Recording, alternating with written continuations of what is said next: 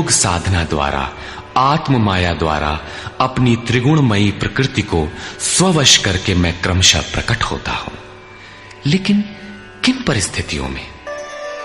यदा यदा हि धर्मस्य ग्लानिर्भवति भारत अभ्युत्थानमधर्मस्य तदात्मानं सृजाम्यहम्।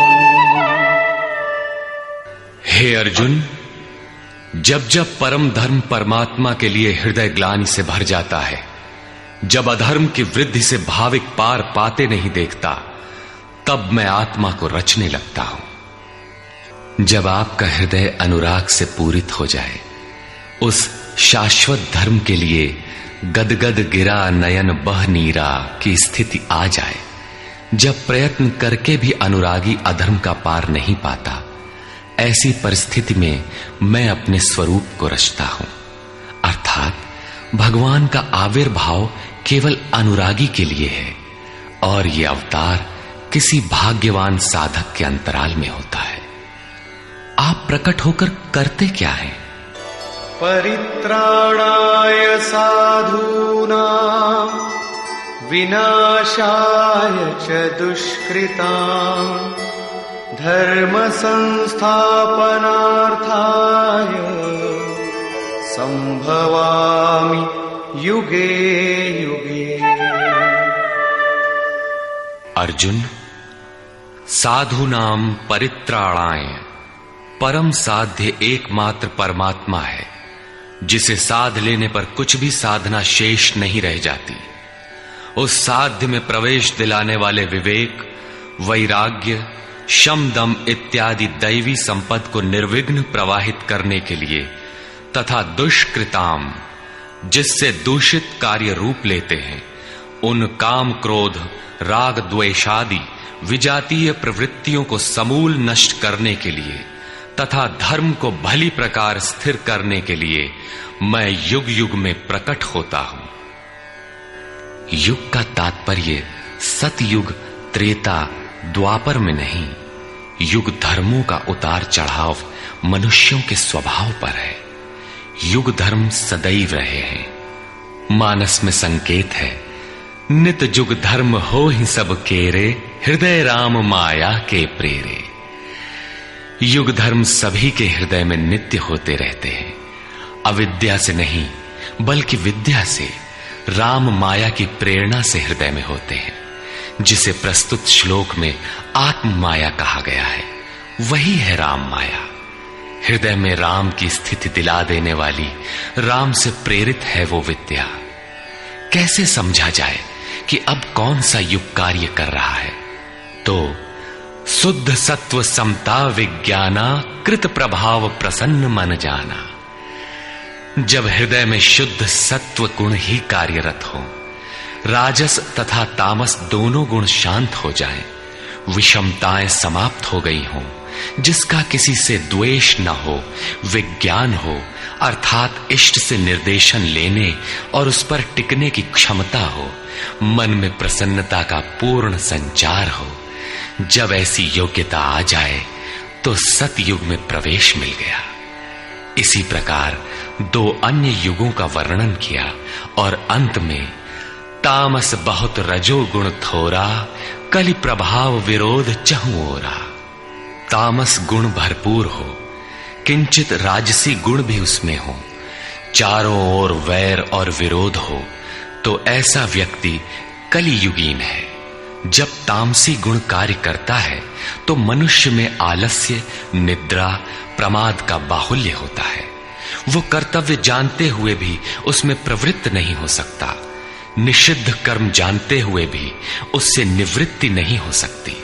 इस प्रकार युग धर्मों का उतार चढ़ाव मनुष्यों की आंतरिक योग्यता पर निर्भर है। किसी ने इन योग्यताओं को 4 युग कहा है, तो कोई इन्हें ही 4 वर्ण का नाम देता है, तो कोई इन्हें ही अति उत्तम, उत्तम, मध्यम और निकृष्ट 4 श्रेणी के साधक कहकर संबोधित करता है। प्रत्येक युग में इष्ट साथ देते हैं। हां, उच्च श्रेणी में अनुकूलता की भरपूरता प्रतीत होती है, निम्न युगों में सहयोग क्षीण प्रतीत होता है। संक्षेप में श्री कृष्ण कहते हैं कि साध्य वस्तु दिलाने वाले विवेक, वैराग्य इत्यादि को निर्विघ्न प्रवाहित करने के लिए तथा दूषण के कारक काम, क्रोध, राग, द्वेष इत्यादि का पूर्ण विनाश करने के लिए, परम धर्म परमात्मा में स्थिर रखने के लिए मैं युग युग में अर्थात हर परिस्थिति, हर श्रेणी में प्रकट होता हूं, बशर्ते कि ग्लानि हो। जब तक इष्ट समर्थन न दे तब तक आप समझ ही नहीं सकेंगे कि विकारों का विनाश हुआ अथवा अभी कितना शेष है। प्रवेश से पराकाष्ठा पर्यंत इष्ट हर श्रेणी में हर योग्यता के साथ रहते हैं। उनका प्राकट्य अनुरागी के हृदय में होता है। भगवान प्रकट हैं तब तो सभी दर्शन करते होंगे। श्री कृष्ण कहते हैं नहीं। जन्म कर्म च मे दिव्यम् एवं यो वेत्ति तत्त्वतः त्यक्त्वा देहं पुनर्जन्म नैति मामेति सोऽर्जुन। अर्जुन, मेरा वो जन्म अर्थात ग्लानि के साथ स्वरूप की रचना तथा मेरा कर्म अर्थात दुष्कृतियों के कारणों का विनाश, साध्य वस्तु को दिलाने वाली क्षमताओं का निर्दोष संचार, धर्म की स्थिरता, ये कर्म और जन्म दिव्य अर्थात अलौकिक है, लौकिक नहीं है। इन चर्म चक्षुओं से उसे देखा नहीं जा सकता, मन बुद्धि से उसे मापा नहीं जा सकता। जब इतना गूढ़ है तो उसे देखता कौन है? केवल यो वेत्ति तत्वतः, केवल तत्वदर्शी ही मेरे इस जन्म और कर्म को देखता है और मेरा साक्षात करके वो पुनर्जन्म को नहीं प्राप्त होता बल्कि मुझे प्राप्त होता है। जब तत्वदर्शी ही भगवान के जन्म और कार्य को देख पाता है तो लोग लाखों की संख्या में भीड़ लगाए क्यों खड़े हैं कि कहीं अवतार होगा तो दर्शन करेंगे? क्या आप तत्वदर्शी हैं?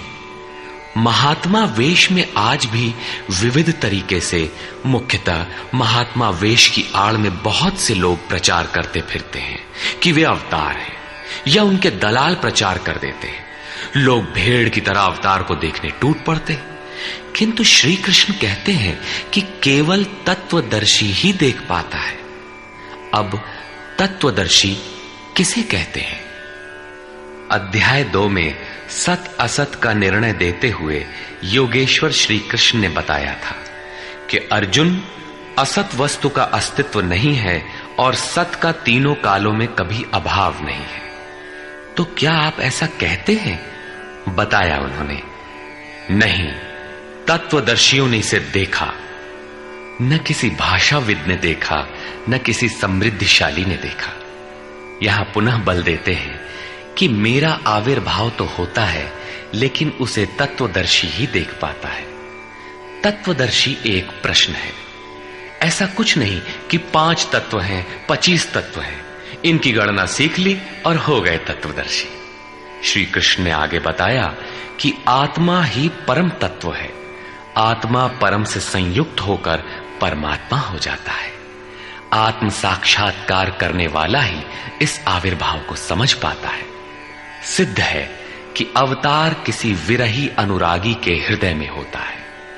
आरंभ में उसे वो समझ नहीं पाता कि हमें कौन संकेत देता है, कौन मार्गदर्शन करता है, किंतु परम तत्व परमात्मा के दर्शन के साथ ही वो देख पाता है, समझ पाता है और फिर शरीर को त्याग कर पुनर्जन्म को प्राप्त नहीं होता। श्री कृष्ण ने कहा कि मेरा जन्म दिव्य है, इसे देखने वाला मुझे प्राप्त होता है। तो लोगों ने उनकी मूर्ति बना ली, पूजा करने लगे, आकाश में कहीं उनके निवास की कल्पना कर ली। ऐसा कुछ नहीं है। उन महापुरुषों का आशय केवल इतना था कि यदि आप निर्धारित कर्म करें तो पाएंगे कि आप भी दिव्य हैं।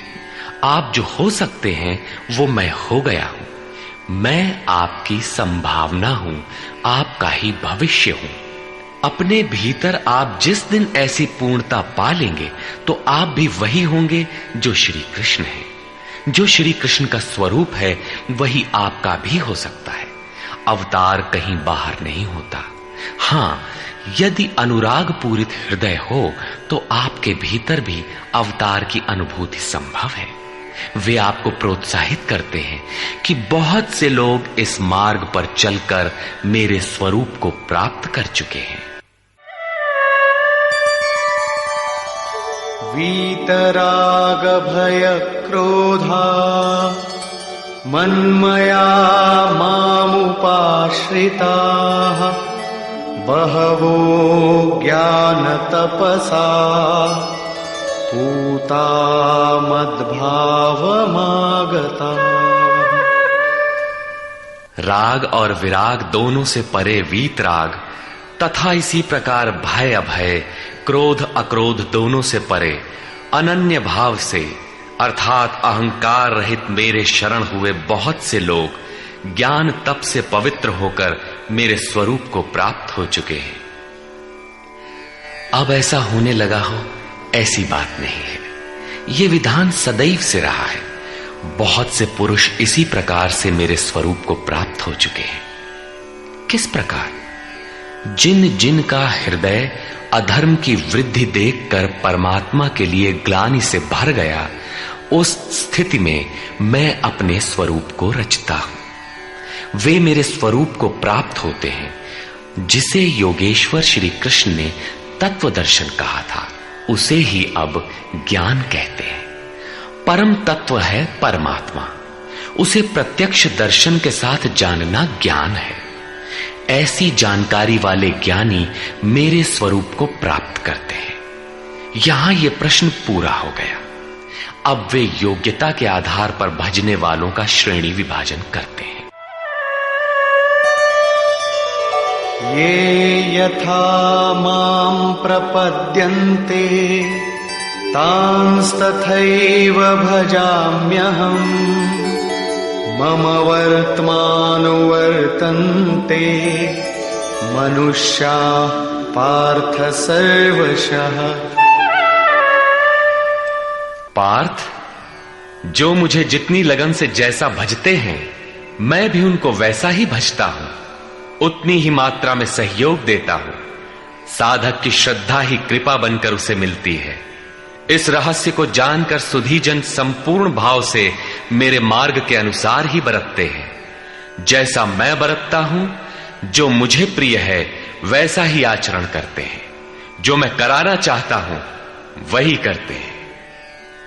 भगवान कैसे भजते हैं?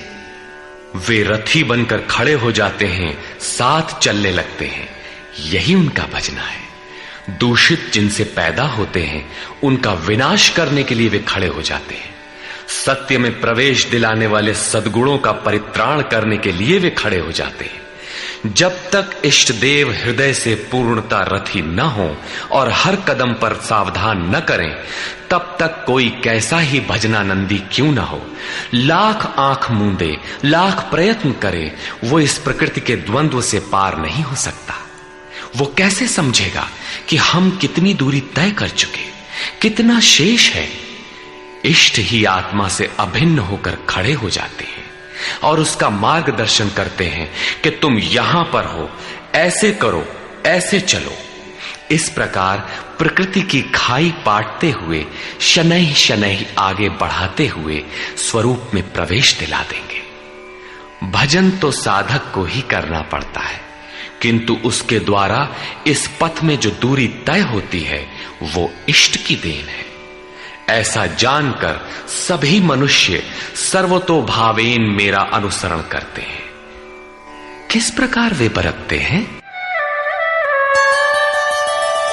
कांक्षन्तः कर्मणां सिद्धिं यजन्त इह देवताः क्षिप्रं हि मानुषे लोके सिद्धिर्भवति कर्मजा।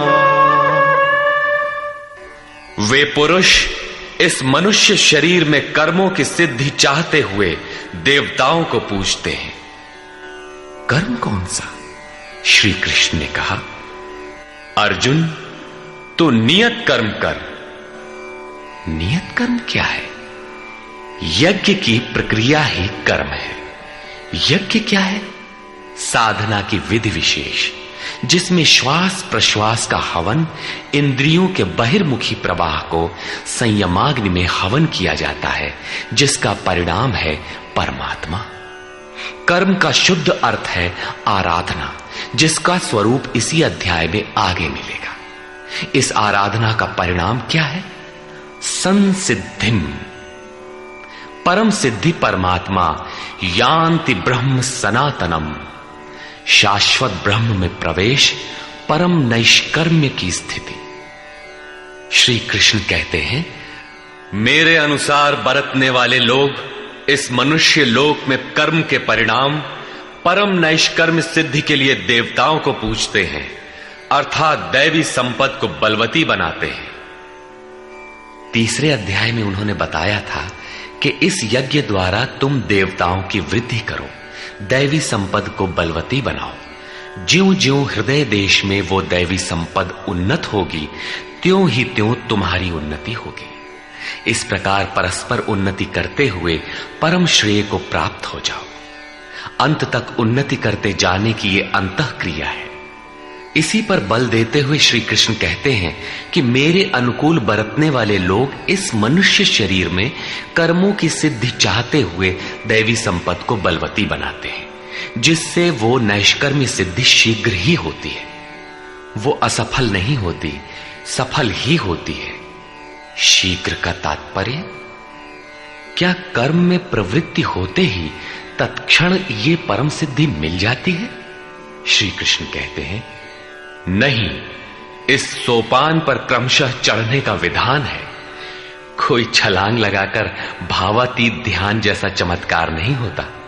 इस पर देखें, चातुर्वर्ण्यं मया सृष्टं गुणकर्म विभागशः तस्य कर्तारमपि मां विद्यकर्तारमव्ययम्। अर्जुन, चातुर्वर्ण्यम मया सृष्टम, 4 वर्णों की रचना मैंने की। तो क्या मनुष्यों को 4 भागों में बांट दिया? श्री कृष्ण कहते हैं, नहीं, गुण कर्म विभागशः, गुणों के माध्यम से कर्म को 4 भागों में बांटा। गुण एक पैमाना है, मापदंड है। तामसी गुण होगा तो आलस्य, निद्रा, प्रमाद, कर्म में न प्रवृत्त होने का स्वभाव, जानते हुए भी अकर्तव्य से निवृत्ति न हो पाने की विवशता रहेगी। ऐसी अवस्था में साधन आरंभ कैसे करें? 2 घंटे आप आराधना में बैठते हैं, इस कर्म के लिए प्रयत्नशील होना चाहते हैं, किंतु 10 मिनट भी अपने पक्ष में नहीं पाते। शरीर अवश्य बैठा है, लेकिन जिस मन को बैठना चाहिए वो हवा से बातें कर रहा है, कुतर्कों का जाल बुन रहा है, तरंग पर तरंग छाई है। तो आप बैठे क्यों हैं? समय क्यों नष्ट करते हैं? उस समय केवल परिचर्यात्मकम कर्म शूद्रस्यापि स्वभावजम, जो महापुरुष अव्यक्त की स्थिति वाले हैं, अविनाशी तत्व में स्थित हैं, उनकी तथा इस पथ पर अग्रसर अपने से उन्नत लोगों की सेवा में लग जाओ। इससे दूषित संस्कार शमन होते जाएंगे, साधना में प्रवेश दिलाने वाले संस्कार सबल होते जाएंगे। क्रमशः तामसी गुण न्यून होने पर राजसी गुणों की प्रधानता तथा सात्विक गुण के स्वल्प संचार के साथ साधक की क्षमता वैश्य श्रेणी की हो जाती है। उस समय वही साधक इंद्रिय संयम, आत्मिक संपत्ति का संग्रह स्वभावतः करने लगेगा। कर्म करते करते उसी साधक में सात्विक गुणों का बाहुल्य हो जाएगा, राजसी गुण कम रह जाएंगे, तामसी गुण शांत रहेंगे। उस समय वही साधक क्षत्रिय श्रेणी में प्रवेश पालेगा। शौर्य, कर्म में प्रवृत्त रहने की क्षमता, पीछे न हटने का स्वभाव, सब भावों पर स्वामी भाव, प्रकृति के तीनों गुणों को काटने की क्षमता उसके स्वभाव में ढल जाएगी। वही कर्म और सूक्ष्म होने पर, मात्र सात्विक गुण कार्यरत रह जाने पर मन का शमन, इंद्रियों का दमन, एकाग्रता, सरलता, ध्यान, समाधि, ईश्वरीय निर्देश, आस्तिकता इत्यादि ब्रह्म में प्रवेश दिलाने वाली स्वाभाविक क्षमता के साथ वही साधक ब्राह्मण श्रेणी का कहा जाता है। ये ब्राह्मण श्रेणी के कर्म की निम्नतम सीमा है। जब वही साधक ब्रह्म में स्थित हो जाता है, उस अंतिम सीमा में वो स्वयं में न ब्राह्मण रहता है, न क्षत्रिय, न वैश्य, न शूद्र, किंतु दूसरों के मार्गदर्शन हेतु वही ब्राह्मण है।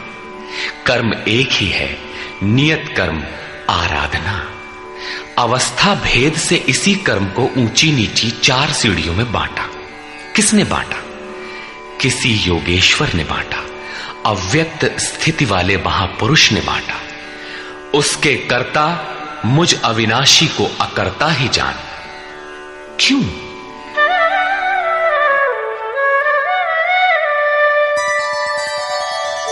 न मां कर्माणि लिम्पन्ति न मे कर्मफले स्पृहा इति मां योऽभिजानाति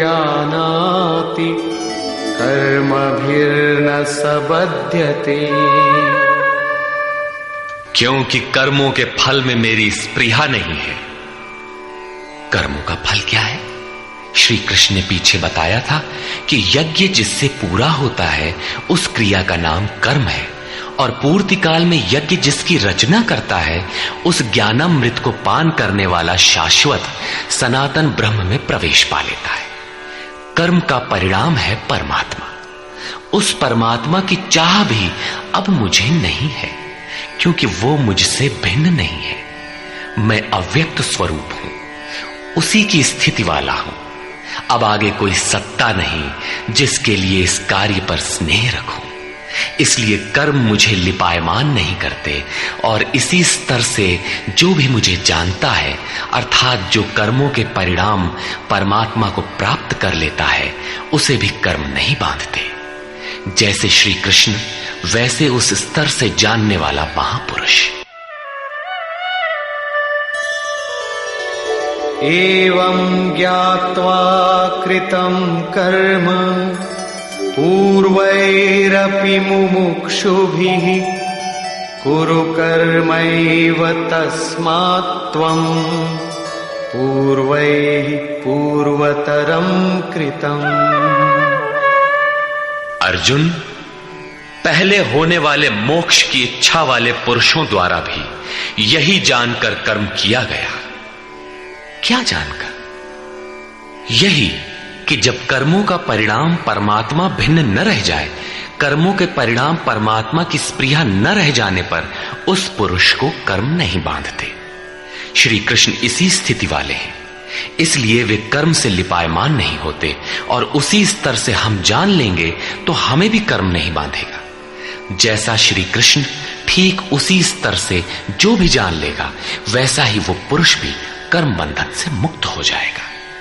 अब श्री कृष्ण भगवान, महात्मा, अव्यक्त, योगेश्वर या महायोगेश्वर जो भी रहे हों, वो स्वरूप सबके लिए है। यही समझकर पहले के मुमुक्षु पुरुषों ने, मोक्ष की इच्छा वाले पुरुषों ने कर्म पर कदम रखा।